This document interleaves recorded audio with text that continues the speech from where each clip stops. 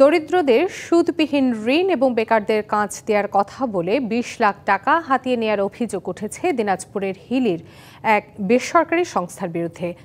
ITFN নামের একটি ভুয়া এনজিও খুলে মাত্র ১০ দিনে শতাধিক মানুষের থেকে এই টাকা হাতিয়ে এখন লাপাত্তা প্রতারক চক্রটি।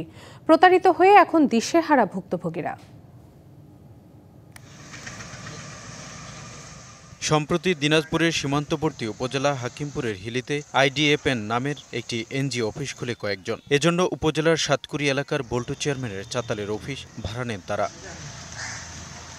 গ্রামের দরিদ্রদের টার্গেট করে প্রতারকরা সুদবিহীন ঋণ ও বেকারদের ৪০ ধরনের কাজ শেখানোর কথা বলে ভর্তি ফি ও সঞ্চয়ের নামে এক একজনের কাছ থেকে নেয় ৫ থেকে ২০ হাজার টাকা।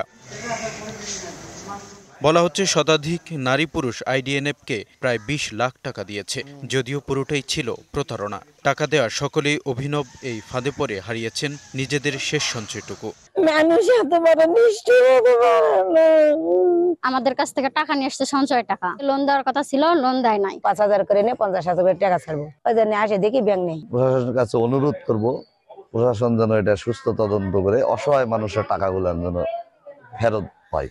এই ঘটনায় থানায় অভিযোগ দায়ের করেছেন ভুক্তভোগীরা। পুলিশ জানায় তদন্ত করে নেওয়া হবে ব্যবস্থা। এনজিওর বিরুদ্ধে একটা প্রতারণার অভিযোগ পেয়েছি।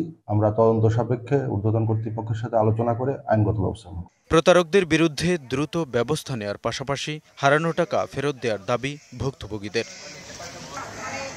DVC news desk.